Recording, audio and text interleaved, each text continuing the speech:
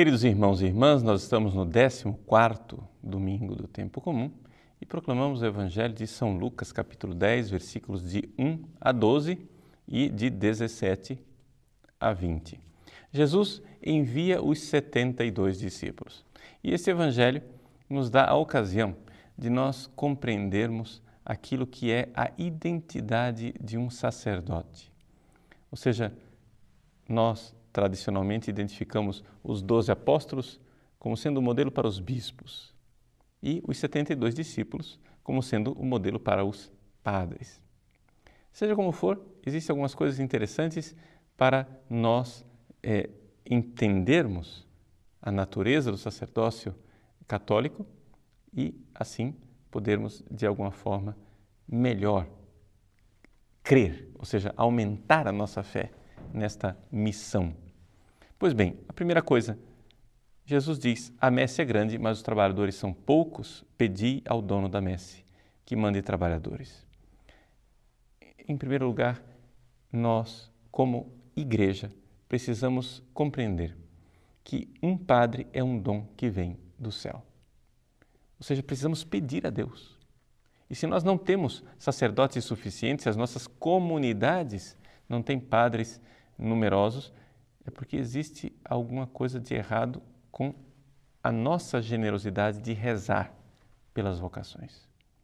Precisamos verdadeiramente rezar por elas.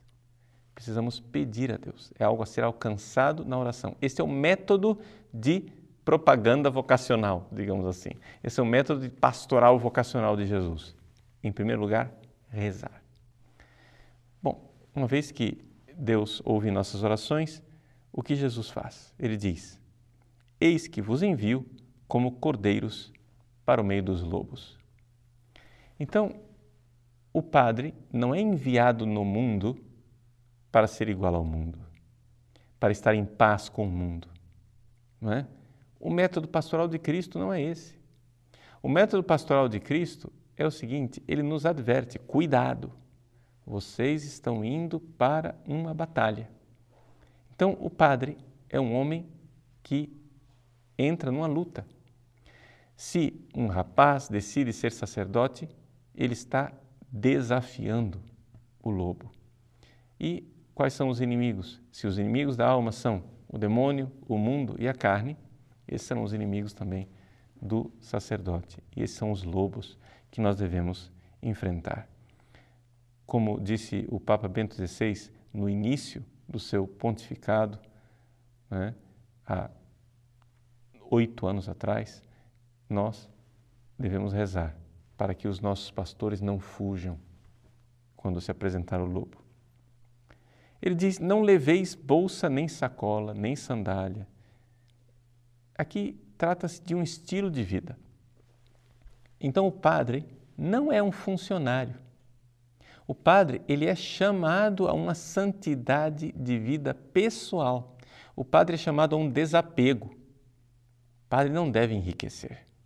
O padre não deveria ter dinheiro pessoal a ponto de viver rico. Não, ele deve ser generoso. Se vem dinheiro na mão dele, ele deve usar esse dinheiro para a missão.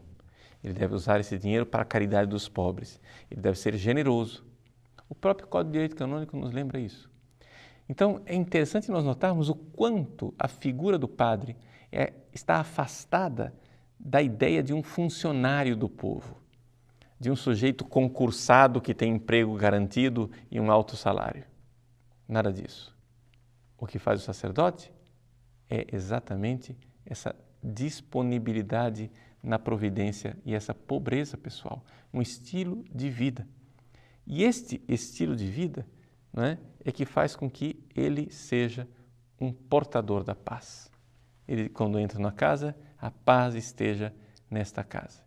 E ali é que ele consegue realizar a sua missão.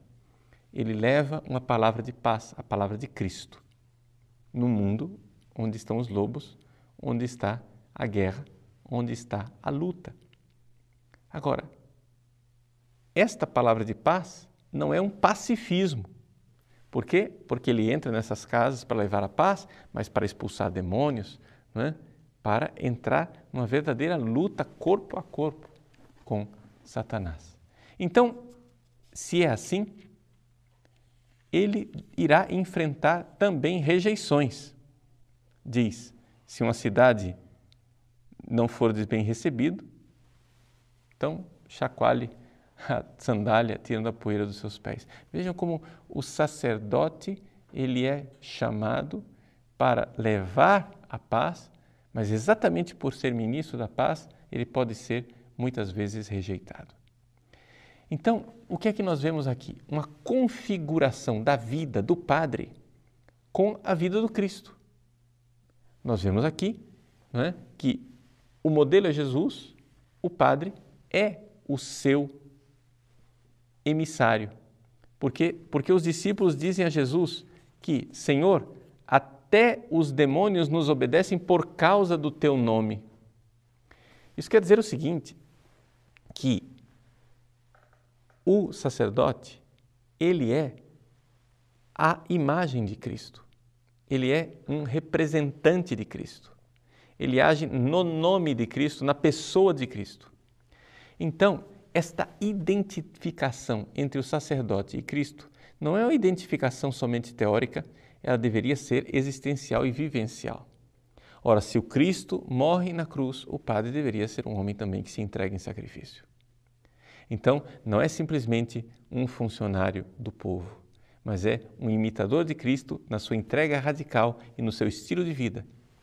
Santo Tomás de Aquino recorda com muita clareza que existe uma obrigação verdadeira de os padres diocesanos, ainda mais os religiosos ainda mais, muito mais, mas existe uma obrigação do padre diocesano de viver um certo grau de santidade.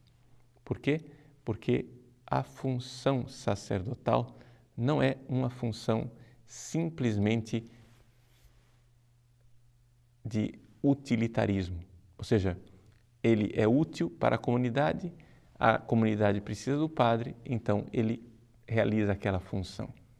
Mas é uma missão e uma verdadeira vocação onde ele, identificado com Cristo, se oferece em sacrifício. Nós poderíamos dizer que, de alguma forma, o padre não é um homem, mas é o sacrifício de um homem. Porque, vivendo a sua pobreza, ele pode ser imagem do Cristo. E em que consiste essa pobreza? Não é somente uma questão de pobreza material, mas é uma pobreza ainda mais radical. O padre não tem uma palavra sua. Ele deve ser pobre de palavras suas, porque as palavras que ele pronuncia devem ser as de Cristo. Um padre não tem uma liturgia sua, um sacramento seu, porque o sacramento que ele celebra deveria ser o sacramento de Cristo. Um padre vive aquilo que Jesus disse no Evangelho de São João: sem mim, nada podeis fazer. Aqui então nós temos um belo perfil do sacerdote, ou seja, um homem que vive a vida de Cristo e por isso pode ser representante de Cristo. É somente assim que os demônios irão obedecer quando o padre, na presença de Cristo, no nome de Cristo, o expulsar.